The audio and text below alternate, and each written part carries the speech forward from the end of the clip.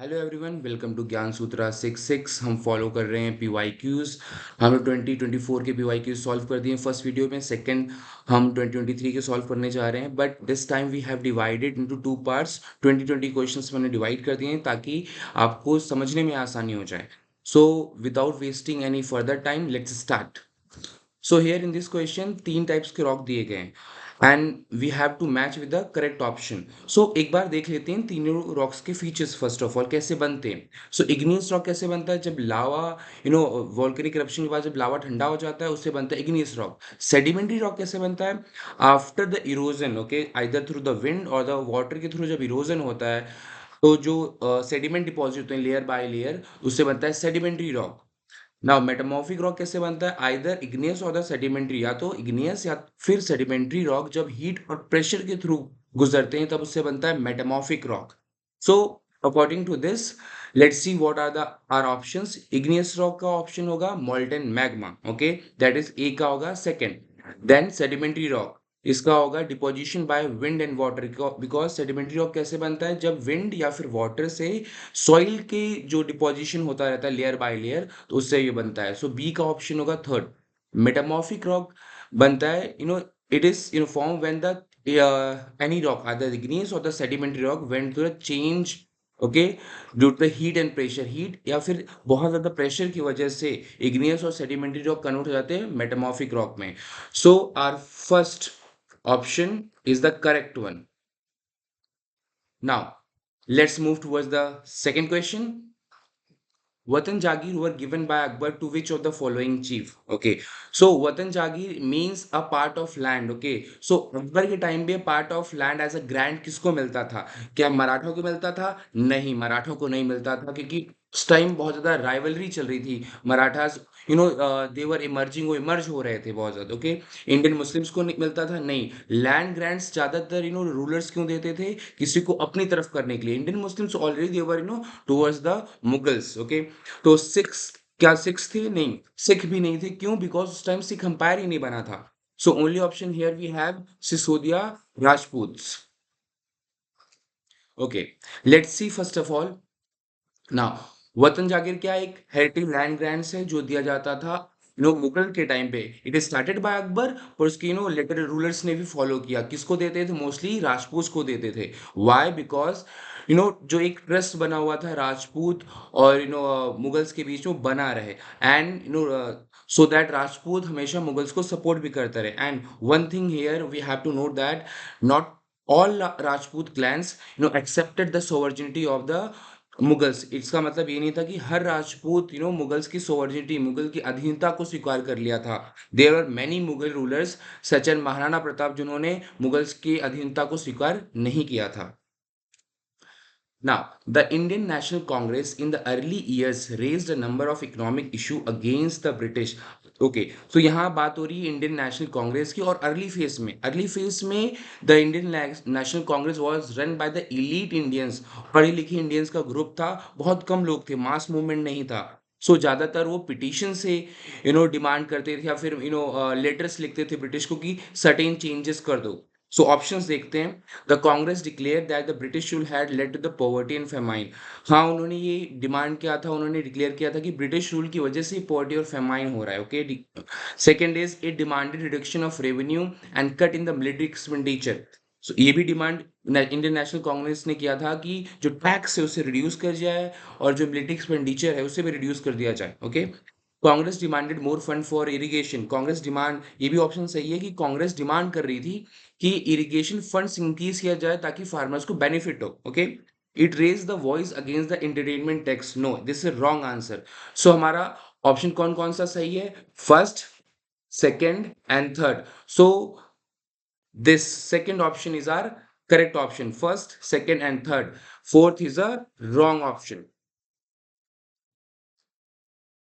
Now, which of the following statement are correct about Amazon basin? Okay, थोड़ा Amazon basin के बारे में समझ लेते हैं पहले। Okay, so Amazon basin एक tropical region में आता है। Okay, so इक्वेटोरियल रीजन में आता है जहाँ पे सन की रेज बहुत ज़्यादा होती है, बहुत ज़्यादा बारिश होती है, बहुत ज़्यादा ह्यूमिडिटी होती है। ओके, सो अमेजोन बेसिन कहाँ पे? ब्राज़ील में, अमेजोन फॉरेस्ट की बात कर रहे हैं। ठीक है, सम फीचर्स देख लेते हैं इसके। यहाँ पे slash and burn agriculture practice होता है। स्लैश एंड बर्न एग्रीकल्चर क्या होता है? Shifting cultivation. हर जगह, ओके, वर्ल्ड में कहीं भी जहाँ पे एवरग्रीन फॉरेस्ट होता है वहाँ पे एग्रीकल्चर प्रैक्टिस की जाती है। और इंडिया में कहाँ की जाती है? नॉर्थ ईस्टर्न स्टेट्स में, इसे बोलते हैं झूमिंग। कई बार क्वेश्चन ये आ जाता है। ओके, और एवरग्रीन फॉरेस्ट है, इसका मतलब हमेशा हरे भरे रहेंगे। ओके, सो वहाँ पे ट्रांसपोर्टेशन मुश्किल होता है।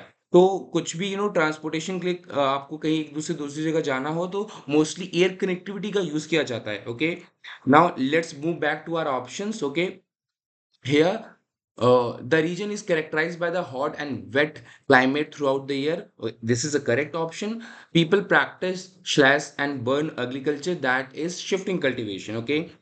Fourth option is aircraft and helicopters are used for reaching various places. अब क्योंकि रोड डेवलप नहीं हो पाया तो किससे रीच करते हैं? एयरक्राफ्ट एंड हेलीकॉप्टर से, क्योंकि फॉरेस्ट बहुत डेंस है। Okay, people mainly grow paddy crops. No, this is wrong option. Second wrong, third one wrong क्यों है? Because their main crop was maize. उनका पैडी क्रॉप नहीं, पैडी क्रॉप मतलब rice की बात हो रही है, तो वहां पे राइस नहीं, उनका मेन क्रॉप क्या था? अमेजोन बेसिन में मेन क्रॉप क्या है? मेज है। सो आपके ऑप्शन कौन कौन सही है? A, B and D. Okay, so the right option is third one, A, B and D. Which of the following is true about the Asoka Dhama? Okay, it did not. Let's see the option. Option देख लेते हैं अशोका धामा में कौन से option सही हैं इसमें? It did not involve the worship of a god. Yes, they do not preach to worship any god. वो किसी को बोलते नहीं थे कि okay इस god को believe करो, इस पे pray करो। It did not involve practice of sacrifice. अब देखो यहाँ sacrifice का मतलब ये नहीं किसी की बलि चलाना। sacrifice का मतलब होता है जो rituals होते हैं उसको perform करना। So वो प्रेफर करते हैं कि रिचुअल को परफॉर्म ना किया जाए। द आइडिया ऑफ धामा were inspired by the teaching of Buddha. Yes, it is inspired by the teaching of Buddha, क्योंकि आफ्टर बुद्धिज्म के अशोका ने ही बुद्धिज्म की फिलोसफी को स्प्रेड किया था। Okay, Ashoka pointed the Buddhism monk. उन्होंने अशोका ने क्या किया था? बुद्धिज्म मॉन्क को अपॉइंट किया था ताकि दिस मैसेज, ओके, इस मैसेज को हर जगह पहुंचाया जा सके। Okay, so let's see. So option, one, that is A, option B, option C, and option D are correct. So correct from the option, fourth is a correct option. Next one. Okay. Which of the following is a correctly matched? Okay. अब देख रहे हैं कौन सा इसमें हमें दो crops दे दिए गए हैं, बेवरेजेस क्रॉप जो कॉफी एंड टी, इनको हमें देखना है करेक्टली मैच है कि नहीं। ठीक है, टी का देखते हैं पहले। ओके, सो टी के लिए क्या चाहिए? Warm climate and high rainfall. Of course this is correct option. India में अगर आप देख लो दार्जिलिंग या फिर असम, वहां पे क्या क्लाइमेट कैसा है? Warm climate. कोल्ड क्लाइमेट नहीं है, वार्म क्लाइमेट है with high rainfall which is required for the tea cultivation. Tea cultivation के लिए हमें चाहिए। ओके, कॉफी को कोल्ड एंड ड्राई क्लाइमेट नहीं चाहिए। ओके, क्योंकि कॉफी को क्या चाहिए? वार्म क्लाइमेट चाहिए, वार्म एंड ह्यूमिड क्लाइमेट चाहिए। Cold cool and dry climate में we can not grow coffee. So India में कॉफी मोस्टली कहाँ होती है? The southern India, okay, near the Nilgiri hills. So A is wrong, A is not correctly matched. So our option is fourth, option A, that is option first is a correct option. Okay, consider the following statement about Ladakh. Ladakh के regarding यहाँ पे कुछ उन्होंने statement दिए गए और पूछा है कि ये सही है कि नहीं। ओके, तो थोड़ा लद्दाख के बारे में समझते हैं पहले। ओके, सो लद्दाख एक हाई एल्टीट्यूड पे, it is a desert, cold desert, high altitude पे जो ग्रेटर हिमालय उसके बियॉन्ड है। Okay, so if it is a बहुत ज्यादा हाई एल्टीट्यूड पे तो वहाँ का टेम्परेचर क्या होगा? कूल टेम्परेचर है। एंड अगर वो ग्रेटर हिमालय के बियॉन्ड है तो वहाँ पे जो रेन क्लाउड्स होते हैं वहाँ पहुंच नहीं पाते हैं, इसलिए वो डेजर्टेड एरिया है। डेजर्ट मतलब या तो कोल्ड या तो वार्म डेजर्ट भी होता है, जहाँ पे the intensity of rainfall is very low और या फिर बारिश नहीं होती है, जैसे कि लद्दाख में। Okay, let's see the options. Okay, several reverse flow through the Ladakh. हाँ, काफी रिवर्स फ्लो होती हैं। मेन रिवर तो इंडस है, इंडस की कई सारी ट्रिब्यूटरीज फ्लो होती हैं वहां से, लद्दाख से। Due to high, second option is due to high altitude the climate is extremely cold. हर एक एरिया जो एल्टीट्यूड मतलब हाइट, हाइट पे बहुत ज्यादा है वहाँ का क्लाइमेट कैसा है? कोल्ड है। तो लद्दाख का भी क्लाइमेट क्या? एक्सट्रीमली कोल्ड है डिस्पाइट। ओके, फोर्थ ऑप्शन देखते हैं। The this area experience the freezing winds and burning hot sunlight. So बहुत ज़्यादा हाइट पे है, ठंडा है, तो फ्रीजिंग एक्सपीरियंस होता है वहाँ पे। जो विंड्स है बहुत ज़्यादा फ्रीजिंग विंड्स होती हैं, बहुत ज़्यादा ठंडी विंड्स होती हैं। Okay, option number C, despite being in the rain shadow area there is a rainfall of, देखो यहाँ पे सी गलत है, ऑप्शन ही गलत है। अगर आप पढ़ो तो कोई जगह अगर rainfall no rain shadow area में है, अगर कोई जगह रेन शेडो एरिया में, तो बहुत ज्यादा रेनफॉल ही नहीं होगा। तो ये क्या बोल रहा है option, there is a high rainfall. अरे कैसे हो जाएगा, अगर रेन शेडो एरिया है तो वहां पे रेनफॉल होगा ही नहीं। Okay, so our correct option is A, B and D. Okay, A, B and D, that is our option third is a right answer. Now, the government has passed laws that made it mandatory for organizations with more than dash women employees to provide crash facilities. Okay, crash facilities क्या होती है पहले ये समझते हैं। Now, crash facilities मतलब day care मान लीजिए। ओके, जहाँ पे वुमेन्स वर्किंग वुमेन्स जब उनको काम करने जाना होगा तो अपने बच्चों को, छोटे बच्चों को वहाँ पे रख सकती हैं for day care, as a day care. So हम यहाँ पे डे केयर की बात कर रहे हैं।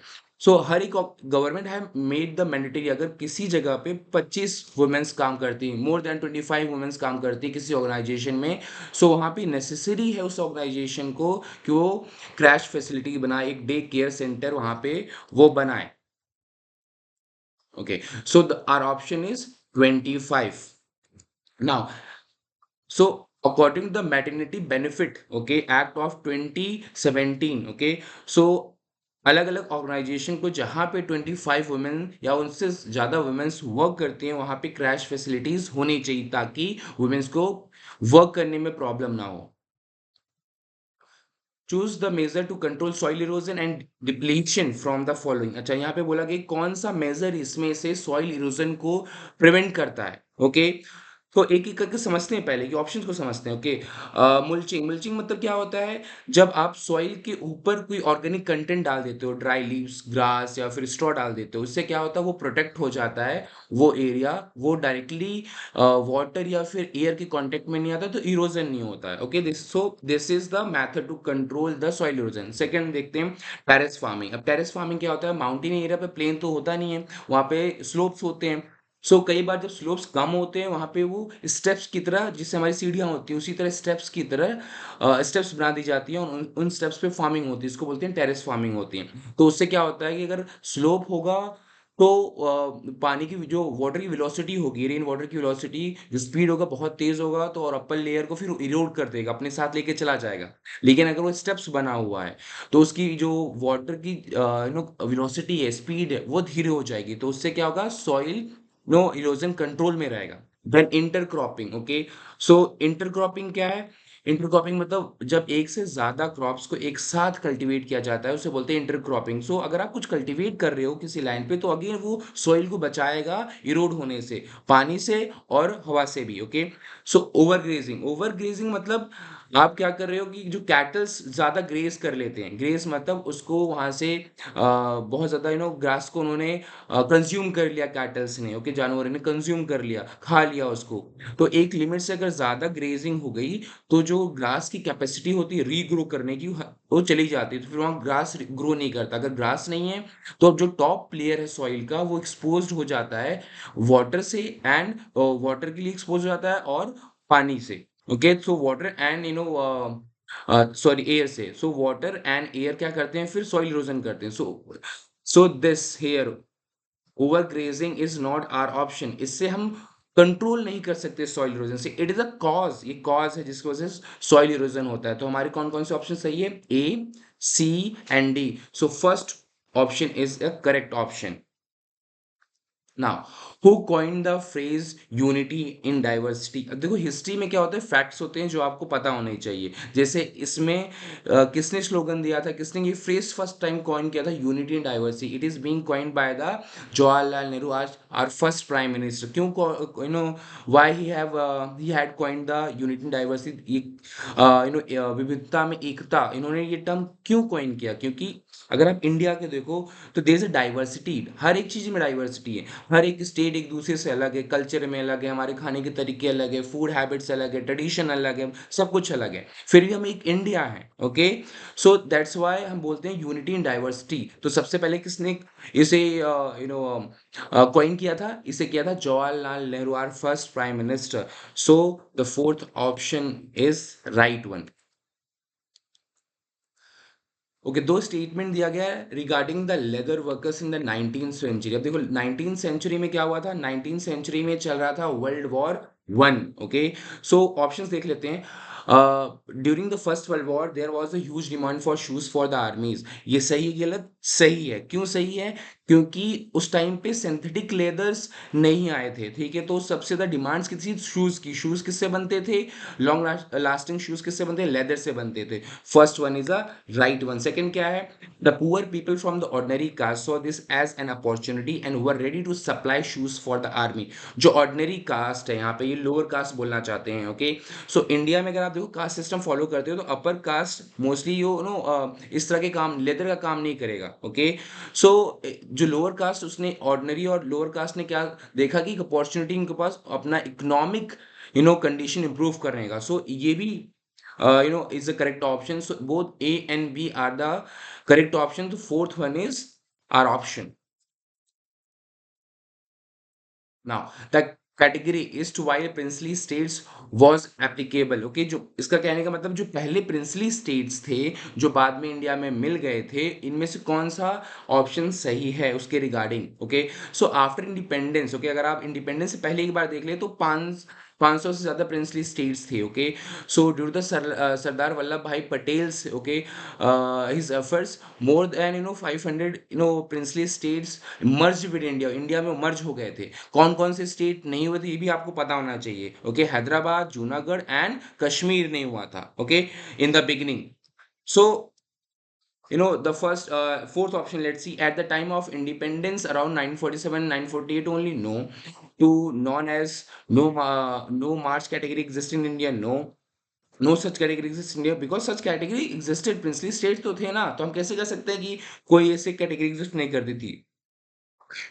In the post 1956 when they were no longer retained as administrative unit, ये भी गलत है। ओके, ऑप्शन सही कौन सा है फिर हमारा? First one. क्यों? जैसे ही इंडिया आजाद हुआ तो ये प्रिंसली स्टेट इंडिया में आ गई और इंडियन गवर्नमेंट ने उसको क्या, कैसे रिकॉग्नाइज किया? As a administrative unit. कैसे रिकॉग्नाइज किया? As a administrative unit. Okay, again हमारे पास दो ऑप्शंस है regarding the Shri Narayan Guru. Who was the Shri Narayan Guru? Basically the Shri Narayan Guru was the one of one of the reformist. Okay, he was a saint और वो caste system में reform लाना चाहते थे। तो रिफॉर्म लाने के लिए उन्होंने he made lot of efforts, उन्होंने कई सारे एफर्ट्स भी किए थे। तो ऑप्शंस देख लेते कौन कौन सा सही है। ही advocated the equality of all with in a single sect. किसी सिंगल सेक्ट में या किसी कास्ट में भी हायरार्की होती है। ओके, तो इन्होंने कहा कि इक्वालिटी होनी चाहिए। सो उन्होंने ये कहा था, it is the right option. He inspired all of them to have faith in all gurus. इन्होंने कहा था कि अपने गुरु पे फेथ रखो। क्या उन्होंने कहा था? हाँ, उन्होंने he believed। okay, so both the options are true, so option number 4, that is A and B, are true. The rocks that were found formed 300 million years after the earth was formed is, okay, जब धरती बन गई थी उसके 300 million years बाद कौन से rock, कहाँ पे रॉक फॉर्म हुए थे? ओके, सो क्या हम इसे यंगेस्ट रॉक कहेंगे? लोकेट द हिमालय और locate the eastern Europe, locate the western Europe. थोड़ा सा जान लेते हैं, ये एक नया आपके लिए होगा थोड़ा सा। The oldest rock, known rock formed 300 million years after earth formation. Okay, A is found in western Australia. कहाँ पे वेस्टर्न ऑस्ट्रेलिया में? स्पेसिफिक कहाँ पे? Jack hills. जैक हिल्स नाम की एक जगह है जहाँ पे ये 3,000 300 मिलियन ओके ईयर्स अर्थ के बनने के बाद ये रॉक्स फॉर्म हुए थे। So one of the oldest rock formation crystal forms में मिलते हैं वहाँ पे। ये जो उनका स्ट्रक्चर होता है बड़े बड़े क्रिस्टल फॉर्म में ओके मिलते हैं। So the option first is right one, that is located in the western Australia. Who among the following edited newspaper Kesari? Okay, तो जो न्यूज़पेपर है केसरी, उसे कौन एडिट करता था? ओके। सो ये यहाँ पे हम बात कर रहे हैं गांधी एरा से पहले की बात कर रहे हैं, ठीक है? तो Mahatma Gandhi is not not our option, okay? क्योंकि हम महात्मा गांधी के आने से पहले की बात करें। क्या वो लाला लाजपत राय थे? नहीं, लाला लाजपत राय नहीं थे। क्या ज्योतिबा फूले थे? ये भी नहीं थे। तो हमारे पास कौन-सा ऑप्शन बचा? Bal Gangadhar Tilak, okay? So he was the prominent leader. Gandhi ji तो बाद में आए थे, ओके? गांधी जी के पहले भी प्रोमिनेंट लीडर कौन थे? बाल गंगाधर तिलक। वैसे लाला लाजपत राय भी one of the prominent leader from the Punjab, okay? So but Kesari newspaper कौन एडिट करता था? बाल गंगाधर तिलक। थोड़ा देख लेते हैं, okay? Kesari was a Marathi language newspaper founded in 1881, okay? तो बाल गंगाधर तिलक इसे एडिट करते थे, ओके? सो ये क्रिटिसाइज करते थे बहुत ज्यादा ब्रिटिश रूल को। तभी उनको he have to went to the jail also. और वो अपनी न्यूज़पेपर में लिखते थे कि फॉर द सॉरो, मतलब सभी परेशानियों के लिए कौन रिस्पॉन्सिबल है? ब्रिटिश रिस्पॉन्सिबल है, ओके? सो एक और चीज उन्होंने ना स्वदेशी movement and home rule movement में भी बहुत ज्यादा कंट्रीब्यूशन किया था। Now next question, which layer of the atmosphere has very thin layer of air? Now वैसे 5 लेयर्स होते हैं हमारे एटमॉस्फेयर। यहाँ पे 4 ऑप्शन है, तो 4 लेयर इन्होंने दे दिया है। नाउ जो भारी होता है, ओके, ग्रेविटी की वजह से नीचे होता है। सो जो डेंसर एयर होती है, वो अर्थ के सरफेस के अराउंड होती है। फिर जैसे हम ऊपर जाते हैं, ओके, सो जो जितने भी एयर होते हैं उनकी जो वो थिन बन जाते हैं। क्यों? क्योंकि उनके बीच का गैप इंक्रीज होता है, ओके? वो एक्सपैंड करते हैं। सो सबसे ऊपर सबसे टॉप मोस्ट लेयर कौन सा है? Exosphere, okay? सो यहाँ पे मोस्टली हाइड्रोजन एंड हीलियम पाए जाते हैं, okay? And you will be surprise, आपको सरप्राइज मिलेगा कि यहाँ पे टेम्परेचर अराउंड 200 डिग्री सेल्सियस होता है। लेकिन अगर आप फिर भी अपना हाथ बाहर निकालते हो, ओके, एग्जोस्फेयर में, okay, which is 1600 kilometre from the surface of earth, earth surface से 600 किलोमीटर ऊपर है ये, ओके?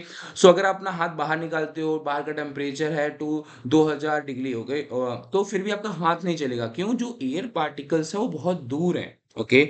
सो वो हीट ट्रांसफर नहीं कर पा रहे हैं, तो आपको फील नहीं होगा इतना, ओके? और most of the orbit satellite भी यहाँ पे ऑर्बिट करते हैं, क्योंकि जब एयर की रेजिस्टेंस नहीं है, तो जो सैटेलाइट्स आराम से ऑर्बिट कर सकती हैं। सो मैंने बोला कि 5 लेयर हैं। कौन-कौन सी लेयर हैं? एक इसमें नहीं लिया है, सबसे lower layer, that is are the lithosphere, or sorry, the lithosphere is the land, okay? So the troposphere is the first layer, okay? After troposphere we have stratosphere, then we have thermosphere, mesosphere, thermosphere and exosphere. So exosphere याद रखना सबसे last layer है, okay? सबसे first layer कौन सी आ जाती है? हमारी troposphere. सो exosphere में जो एयर पार्टिकल है वो बहुत दूर रहते हैं, तो वहां पे क्या रहता है? थिन एयर रहता है, okay? So first one is correct. Which one of the following is not correct for the gram bhojaka? Okay, gram मतलब मीन्स गांव की बात करें, bhojaka means the leader, headman की बात करें। थोड़ा एक बार देख लेते हैं, फिर ऑप्शंस पे आते हैं, ओके? सो हम गुप्ता पीरियड की बात कर रहे हैं। यहाँ पे इस टाइम पे जो हेडमैन होता था, ग्राम भोजका होता था, वो लार्जेस्ट लैंड ओनर होता था। उसके बाद लोग होते थे काम करने के लिए, ओके? सो वो एडमिनिस्ट्रेटिव चीज, जुडिशियल चीज और पुलिसिंग पावर भी उसी के हाथ में होती थी, okay? So let's see the options. So he had slaves and hire workers to cultivate the land. It is correct option. Okay. The king often used him to collect taxes. Okay, king tax तो लोगों से जाके लेगा नहीं, वो किससे मांगेगा? जो हेडमैन होता था विलेज का, उससे। तो this option is also correct, okay? Now जो ये पोजीशन होती थी हेडमैन की, मोस्टली ये मेंस को मिलती थी, okay? So fourth option is also correct. So बचता कौन सा है? थर्ड वन, इसे देखते हैं। He did not function as a जज एंड पुलिसमैन। अब देखो एंशियंट टाइम की बात हो रही है। एंशियंट टाइम में जो विलेज का हेड होगा वो चीजें डिसाइड करेगा। कुछ गलत होगा फिर भी वो, तो वो इनिशिएट करेगा, ओके, जस्टिस दिलाने के लिए। बट यहाँ पे क्या बोला गया? He did not. No, he did. So that's why it is our not option. तो अब देखो क्वेश्चन पूछा गया नॉट करेक्ट। कई बार क्या होता है, हम क्वेश्चन पढ़ते हैं और हम सॉल्व करना स्टार्ट कर देते हैं, हम ध्यान नहीं देते हैं, ओके? तो हमें देखना है उसमें लिखा है नॉट करेक्ट और करेक्ट लिखा है। इसमें लिखा है कि not correct for the gram bhojika, तो our option is the third one, okay? It is not correct, okay? So यहाँ डिफरेंट स्फीयर्स की बात की गई है, लिथोस्फीयर, हाइड्रोस्फीयर, एटमॉस्फेयर, बायोस्फीयर, हमें करेक्टली मैच करना है इसे, ठीक है? एक बार समझते ही होता क्या है? स्फीयर मतलब लिथोस्फीयर, तो स्फीयर मतलब होता है कि एक बॉल लाइक स्ट्रक्चर, ओके? लिथोस मतलब होता है, लिथो मतलब होता है हम यहाँ पे बात कर रहे हैं रॉक्स की बात कर रहे हैं, तो कौन सा ऑप्शन सही होगा? सेकंड वन, लिथोस्फीयर मतलब made up of rocks and minerals. Hydrosphere, okay? Hydros मतलब क्या होता है? Hydros means water, okay? Various source of water, तो बी का क्या होगा? Second, okay? Atmosphere, atmosphere means air, okay? Vapour, air, so layer of air, so thin layer of air, so C का क्या होगा? Fourth. Biosphere, okay? Biosphere, bio means life, sphere means circle, एक ऐसे circle पे जहां पे life possible है। इसका ऑप्शन क्या होगा? Plant and animal kingdom, okay? So which one is our correct option? That is first one.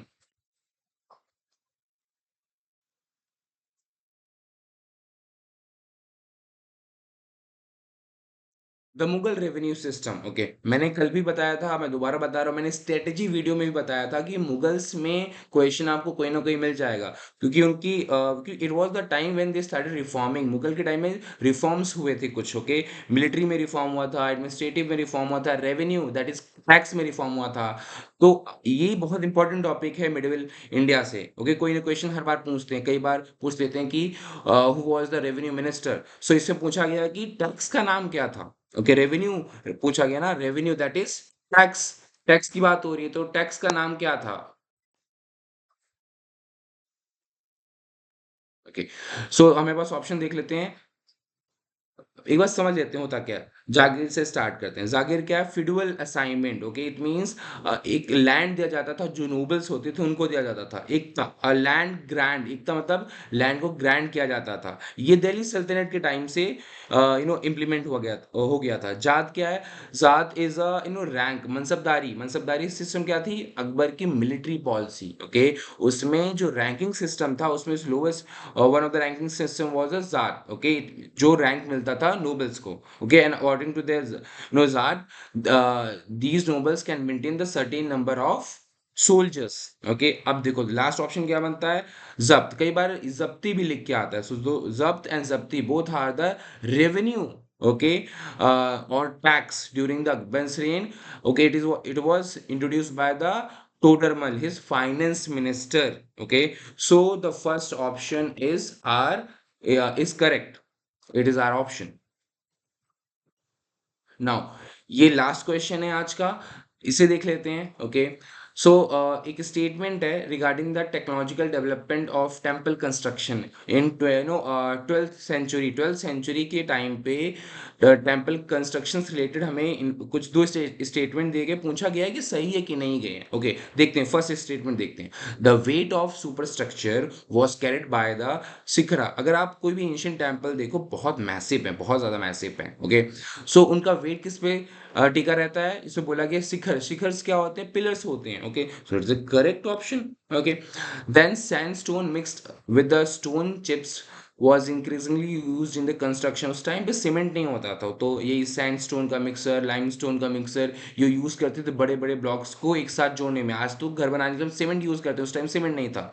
अगर आप किसी भी फोर्ट को, पैलेसेस को देखो जो एंशियंट टाइम में, मिडिल टाइम में बना हुआ है, उतने बड़े बड़े जो ब्लॉक्स हैं रॉक्स के, अभी भी टिके हुए हैं, okay? Without any problem, okay?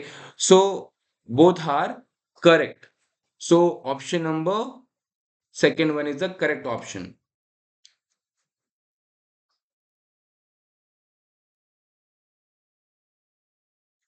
Now, Amit sir is already taking your pedagogy class. So, कोई भी टीचिंग एग्जामिनेशन अगर आपको क्रैक करना है, तो पेडागोजी बहुत इंपॉर्टेंट रोल प्ले करता है, रिगार्डलेस ऑफ सब्जेक्ट, ओके? कोई भी सब्जेक्ट हो, पेडागोजी आपको मस्ट आनी ही चाहिए। क्यों? बेसिक है, हर जगह पूछा जाता है। और Amit sir basic we are providing ना this course free of cost, so Amit sir is already taking the class, आप ज्वाइन करिए, डेली बेसिस पे उनके आपको क्लासेस मिल जाएंगे। So for today, thank you so much, and we will meet in the next video। हम next video में मिलेंगे और solve करेंगे another set of questions of PYQ 2023, और हम इसी तरह बढ़ते रहेंगे धीरे धीरे आगे। So thank you so much for joining।